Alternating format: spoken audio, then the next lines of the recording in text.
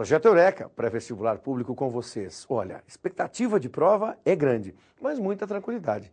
Conversamos com inúmeros estudantes e há sempre aquele medinho, aquele friozinho na barriga. Puxa, vestibular chegando. Olha, confie no seu trabalho, continue estudando, acelere o passo a essa altura da partida. Não esmoreça, não arrefeça seu ânimo. Estude porque vale a pena. O conteúdo de hoje no Projeto Eureka é o da matemática. Então aproveite, trabalhe os conteúdos matemáticos e entenda o quão importante é você estar exercitando na prática os exercícios. Quer dizer, é uma redundância dizer isso, mas é uma grande verdade. Muitas vezes essa redundância é aquela que o estudante não segue. Exercitar com os exercícios. Faça isso e faça muito bem. Vestibulares acontecendo em todo o estado do Paraná, inscrições também, entre no site, procure o sítio específico da sua faculdade e, é claro, faça a inscrição, não perca as datas, grande trabalho e bem-vindos vocês, Calouros 2008. É a Hora da Matemática com o Domingos.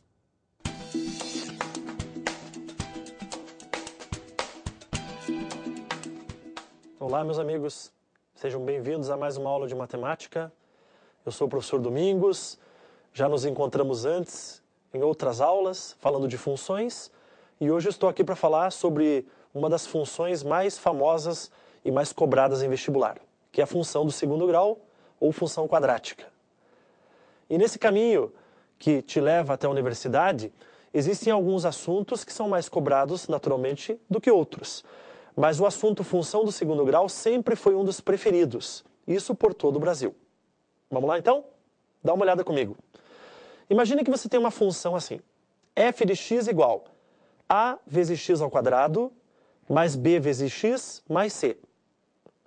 Esta função é chamada de função do segundo grau ou função quadrática. Qual o motivo? O maior expoente que o x tem vale 2, por isso do segundo grau. E da mesma forma, quadrática, quer dizer, elevado ao quadrado. Vamos ver quem é quem. Lembra você que o f de x pode ser trocado por y, tá? Então, y igual a x ao quadrado mais bx mais c, ou f de x, tanto faz. Quem são a, b e c? A, b e c são chamados de coeficientes. O x é chamado de variável. Motivos óbvios, né, pessoal? É esse o valor que varia. Os outros três, a, b e c, para cada exercício serão constantes, certo? O que significa cada um deles? Bom, em primeiro lugar, o gráfico de uma função do segundo grau, ele é uma curva chamada de parábola. Aliás, uma curva bem famosa. Essa parábola, gente, ela pode ter a abertura para cima ou a abertura para baixo. O responsável por isso é o coeficiente do x ao quadrado, que eu estou chamando de a. Como é que funciona? Se o a for um número positivo, se for maior do que zero, a concavidade, a abertura, será para cima. Se o a for um número negativo, a concavidade, a abertura, será para baixo. Esta é a função do a, ok? O que mais? Nós temos o c. Mas para te mostrar o que significa o c e até mesmo o b, eu quero que você me acompanhe nesse exemplo. Vamos lá? Você tem uma parábola f de x ou y igual x ao quadrado menos 5x mais 6. Em primeiro lugar, essa parábola, gente, ela tem a concavidade para cima. Porque repare que quem está na frente do x ao quadrado, ou o coeficiente, o número que multiplica o x ao quadrado, vale 1. Se ele é mais 1, a concavidade é para cima. Mas como é que eu posso construir esse desenho que você está vendo aí? Eu posso construir de duas maneiras. Ou eu utilizo uma tabela. Então vamos lá. Eu monto uma tabela onde na primeira coluna eu vou colocar valores de x. Na segunda coluna eu vou colocar valores de y. Da onde eu tiro esses valores? Bom, os valores de x você vai atribuir, você vai chutar, digamos assim. Quais os valores que eu posso usar para o x? O que você quiser. E sabe por que isso? Porque o domínio de uma parábola, todos os reais. Domínio, professor, o que é isso mesmo? São os valores que o x pode assumir. Então você pode colocar os números que você quiser ali na coluna do x. Eu vou colocar aí para você 0, 1, 2, 3, 4 e 5. Tudo bem? Você vai pegar esses números e vai substituir na função. Então pegue o 0.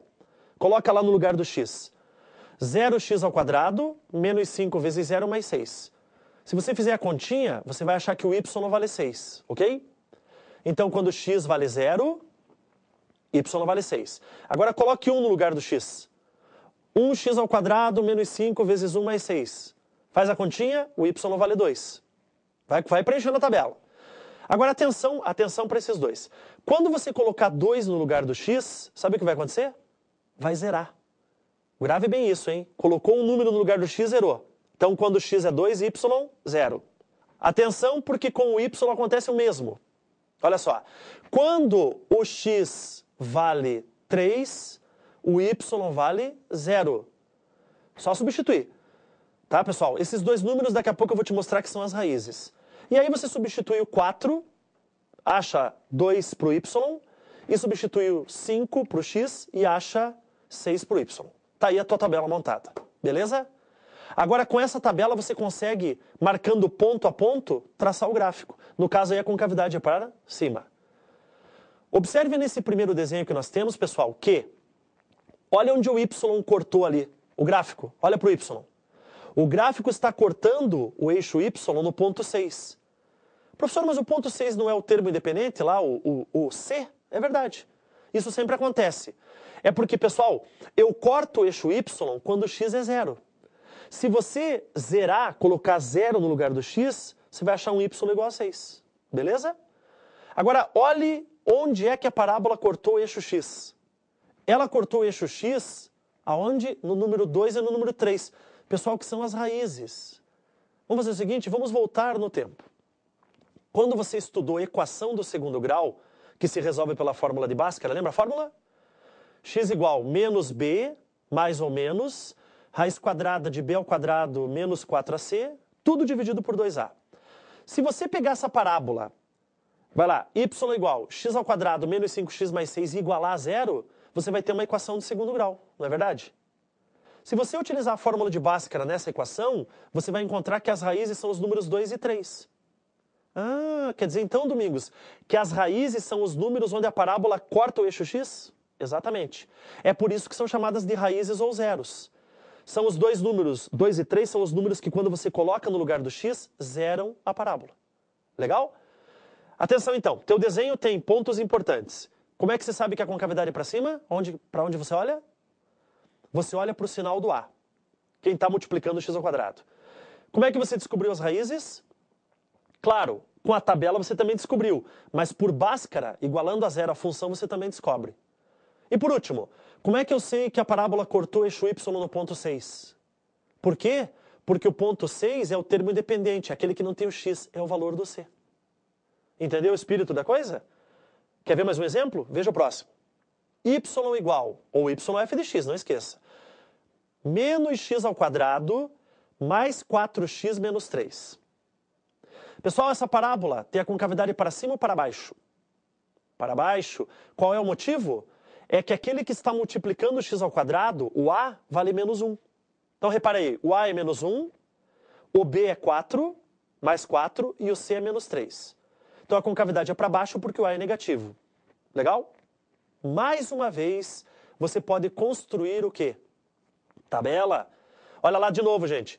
Você atribui valores para o x, agora eu vou começar do menos 1, tá? E você, substituindo aqueles valores lá na parábola, você vai descobrir os valores de y, da mesma forma. Vou ter a parábola, repare essa, concavidade para baixo. Olha onde é que ela cortou o eixo y. Olha ali. Aonde? No menos 3. Quem quer ser menos 3? O c, o termo independente. Onde é que ela cortou o eixo x? Aonde? Ela cortou nos números 1 e 3. Pessoal, quem são esses números? São as raízes. Lembra? Se você igualar y igual menos x² mais 4x menos 3 igual a 0, você vai encontrar essas duas raízes. Ok? Beleza? Então, se tem essa parábola aí que passa no eixo y pelo menos 3, que passa no eixo x pelos números 1 e 3, que são as raízes, e que tem a concavidade para baixo. Certo? Sem problemas? Agora que você já sabe construir o gráfico de uma função que é uma parábola, nós podemos nos preocupar com outros pontos que essa parábola tem. Certo? Quer alguns exemplos? Imagine que nessa parábola que eu te mostrei por último, vamos repetir? Olha o desenho. Pessoal, repare que essa parábola ela tem um ponto mais alto, não tem? Esse ponto mais alto é chamado de vértice da parábola. E esse vértice da parábola é muito cobrado em vestibular. Qual o motivo? É que existe um capítulo da matemática que é chamado de máximos e mínimos. Na verdade, ele é mais estudado lá no ensino superior. Mas aqui no ensino médio, nós podemos pensar especificamente numa parábola. Veja, se a parábola tem a concavidade para baixo, o vértice é o ponto mais alto, também chamado de ponto de máximo ou ponto máximo. Tudo bem? Agora imagine uma parábola que tem a concavidade para cima. O vértice não vai ser o ponto mais baixo? E aí ele é chamado de quê? Ponto de mínimo ou ponto mínimo. Tudo bem? As aplicações, pessoal, são muitas. A gente pode usar para calcular a altura máxima de um projétil, tá? A gente pode usar para calcular a área máxima de um terreno, mas não só máximo. A gente pode usar para calcular mínimos também, certo? Mas isso nós vamos verificar, sabe quando? No próximo bloco. Não saia daí.